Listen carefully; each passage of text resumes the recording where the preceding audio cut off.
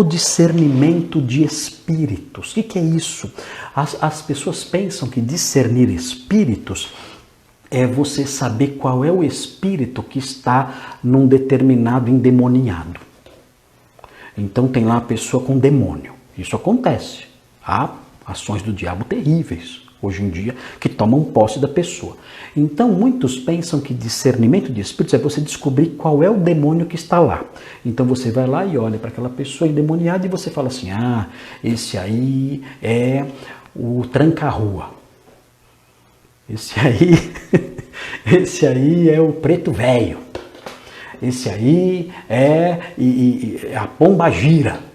Então você discerniu o espírito. Irmãos, não tem nada a ver. Isso não é discernimento de espíritos. Não é isso. O que é discernimento de espíritos? A Bíblia associa, é interessante notar isso no Novo Testamento, os escritores bíblicos, de um modo geral, eles associam ensinos falsos a ações de espíritos. Então, quando alguém ensina uma doutrina falsa, a Bíblia fala que essa doutrina ela tem uma origem espiritual. E os falsos mestres, eles são os propagadores, os arautos dessas doutrinas perniciosas que negam a divindade de Jesus, que negam que Jesus Cristo veio em carne, que zombam da salvação que é em Cristo. O apóstolo Paulo fala de doutrinas de demônios, que proíbem, por exemplo, o casamento. Isso é doutrina de demônios, o apóstolo Paulo fala. Que proíbem o consumo de alimentos. Não existem seitas que proíbem os alimentos? O apóstolo Paulo fala que isso são doutrinas de demônios. Então, o discernimento de espíritos é a capacidade de você perceber se existe por trás daquela doutrina um espírito maligno. Veja, por exemplo, dê uma olhadinha em 1 João 4,1, porque 1 João 4,1 esclarece melhor isso. 1 João 4,1, veja aí na sua Bíblia. Amados, não deis crédito a qualquer espírito. Mas como assim? Os leitores de João, eles viam fantasmas? Os leitores de João, eles encontravam pessoas endemoniadas na rua, conversavam com elas e ele falava, não acredita nesse demoniado que está falando mentira. Será que é isso? Será que eles viam fantasmas, espíritos vagando e os espíritos falavam coisas e ele falava, não acredita não, você não pode acreditar em qualquer espírito, só em algum. Será que é isso? Claro que não. É óbvio que não. Os crentes viviam vidas normais, não estavam vendo fantasmas, nem convivendo com endemoniados ali o tempo todo e conversando com eles para saber se devia crer neles ou não. O que ele está dizendo é o seguinte, veja a sequência.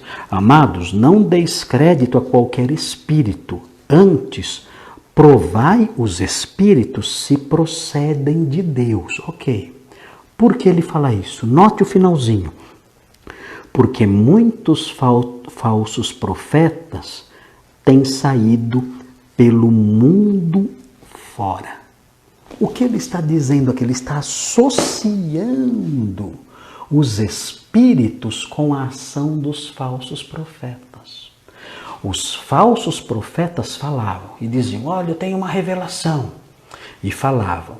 João diz, olha, por trás dessa revelação existe um espírito. Ou é o Espírito Santo, ou é algum espírito maligno.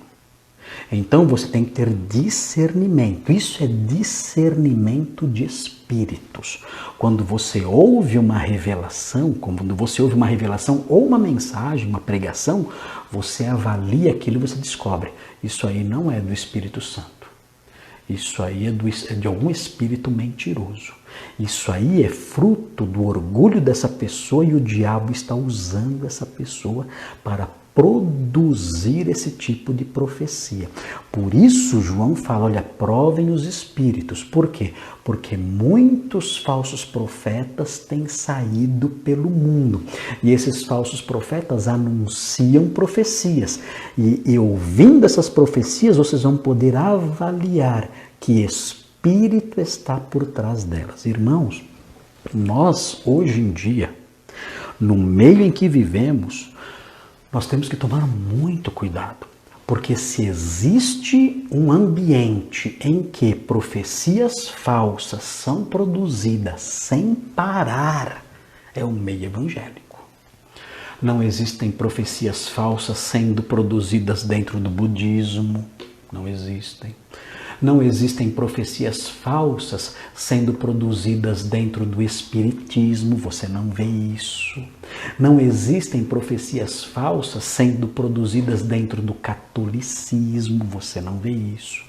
Você não vê profecias falsas sendo produzidas no meio do candomblé, da macumba, das religiões afro, você não vê. Você pode ver uma ou outra, eventualmente, essas religiões produzindo alguma profecia falsa.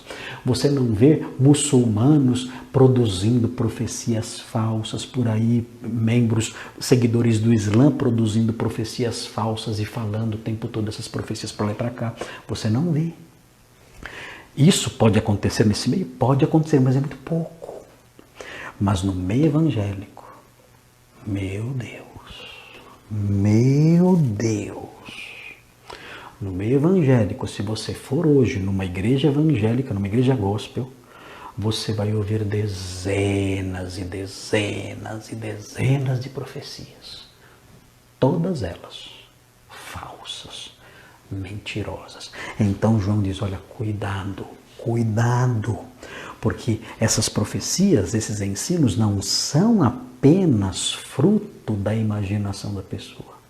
Existem espíritos malignos atuando por trás disso.